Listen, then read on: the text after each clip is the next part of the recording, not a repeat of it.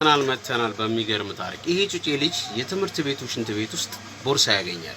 ቦርሳውን ሊያነሳ ሲል ጥርስ ነገር ሲወድቅ ያለ ለካ አስተማሪያቸው አውሬ ነች። ግራ ገባውና ፈርቷት እየሮጠ ሲል አስተማሪዋ አውቃለች። ለካ በየትምህርት ቤት ክላስ ውስጥ እየገባች ቸኮሌት ታደላቸዋለች። ልጆቹ ሁሉም ሲበሉ አንድ ልጅ ግን አይበላም ነበረ። ምኑን? ቸኮሌቱን። ለምንድነው የማትበላው አንተ ምናምን ብላ ስትጠጋው ልጁ የፍርሃት ነገር ስላለበት ለክላስ ልጆቹ ለሁሉም ይነግራቸዋል። ምትበሉ ቸኮሌት የተመረዘ ነው ሴት በዛ ላይ ደግሞ አስተማሪያችን አውሬ ነች ብሎ ቸኮሌቱን ጥሎት ይሄዳሉ። ልጆቹ እዛ ትምህርት ቤት ውስጥ ይቀረዝዛሉ። ቸኮሌቱን ከበሉ በኋላ አሁንም ተሰጠዋለች። የልጅ በፍርሃት እበላለሁ ብሎ ይቀበላትና ለኔም ስጭኝ ይላታል ሌላ ጓደኛው። በአጋጣሚ ይሄኛው ልጅ እየሮጠ ይወጣል ከክላስ ውስጥ።